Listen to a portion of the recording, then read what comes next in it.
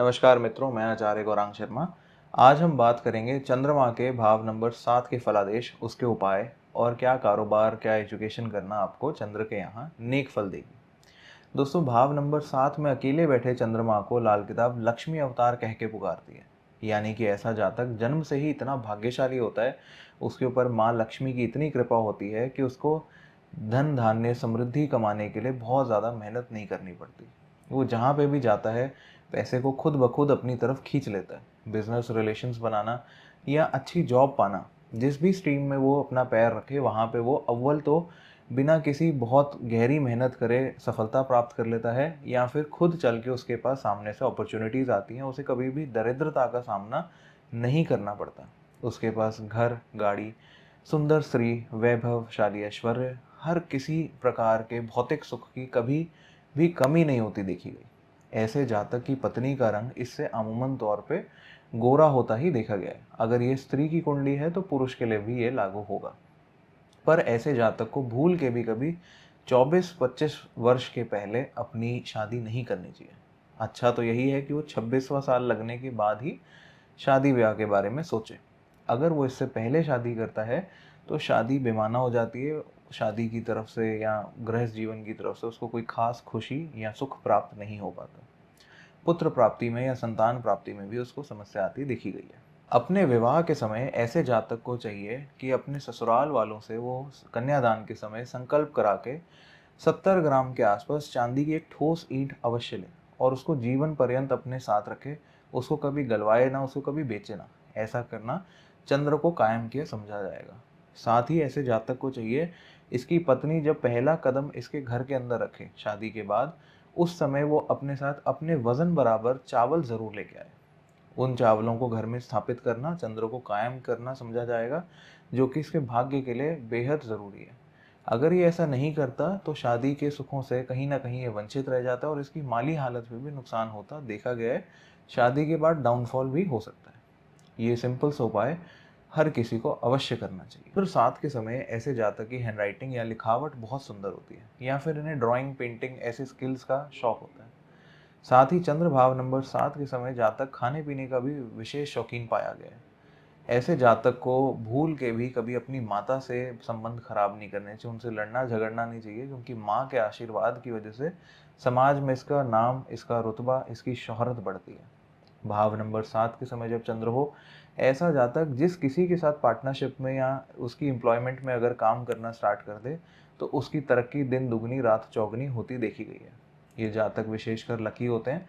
इनको अपने साथ रखने से व्यापारिक लाभ अवश्य मिलते हैं, क्योंकि ये जहाँ पे भी जाएंगे, जैसा कि मैंने पहले कहा, लक्ष्मी को या पैसे को अपनी तरफ अट्रैक्ट कर ही लेते हैं। भाव नंबर 7 में जब चंद्र बैठा हो तो उसको खुद से अगर ये जातक खराब कर ले, यानी कि नशा आदि करके, तो ये जातक को बिल्कुल विपरीत फल देगा।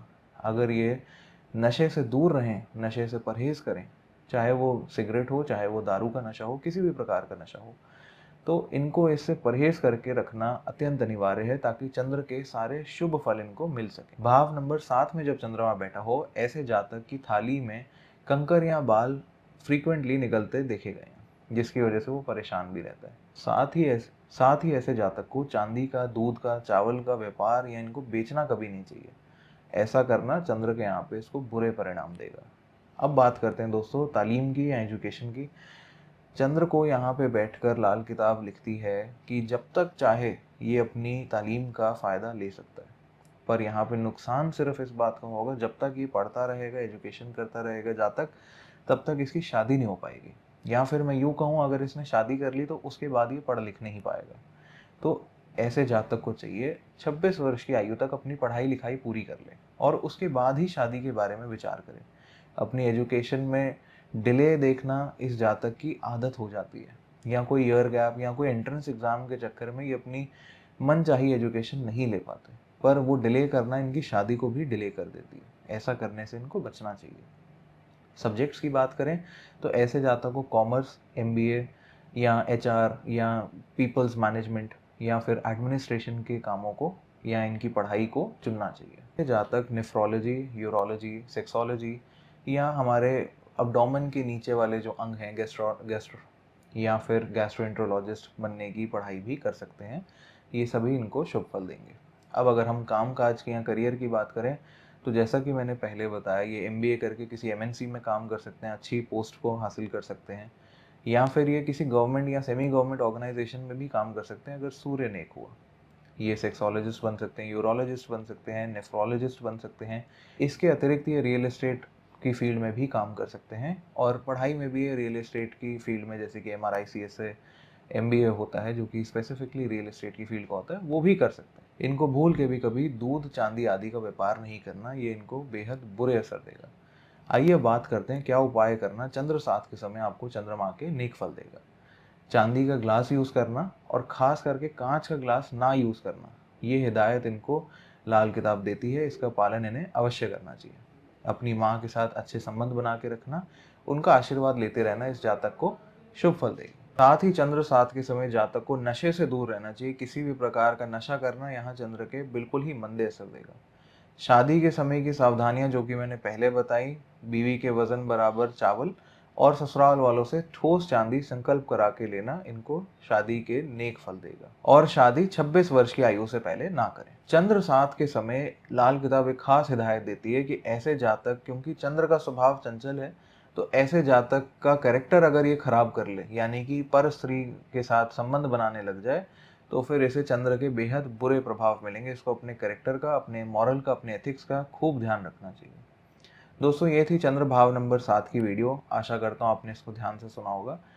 एक कॉम्बिनेशन को या एक प्लैनेट को लेके पूरी कुंडली का एनालिसिस नहीं किया जा सकता। हो सकता है जो बातें मैंने बताई उसमें से सारी बातें एग्जैक्टली आपके ऊपर ना फिट होती हों। उसका कारण है कि चंद्र किस राशि में बैठा है, कौन से ग्रह उसको देख रहे हैं, उसकी डिग्री क्या है, उसकी अवस्था क्या है, कौन सी महादशा है, क्या गोचर है, क्या वर्षफल चल रहा है। ये सब बातें एनालिसिस पे फ़र्क डालती हैं और उसको बदलती भी हैं। हो सकता है चंद्र यहाँ पे आपको बेहद ही बुरे प्रभाव दे रहा हो सकता है चंद्र इससे भी शुभ परिणाम दे रहा हो।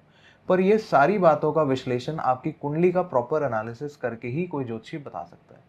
तो मेरी आपसे दरख्वास्त रहेगी, अपनी कुंडली का प्रॉपर एनालिसिस करा के ही किसी निष्कर्ष तक पहुंचे और किसी उपाय को अंजाम दें। कभी कभी सोशल मीडिया के द्वारा किए गए उपाय बैकफायर कर सकते हैं, ऐसा करने से बचें। वीडियो को लाइक करना, इस पे कमेंट करना, इसको शेयर करना ना भूलें, ताकि इसी प्रकार का कंटेंट हम आप सबके साथ शेयर करते रहें। हरे कृष्णा।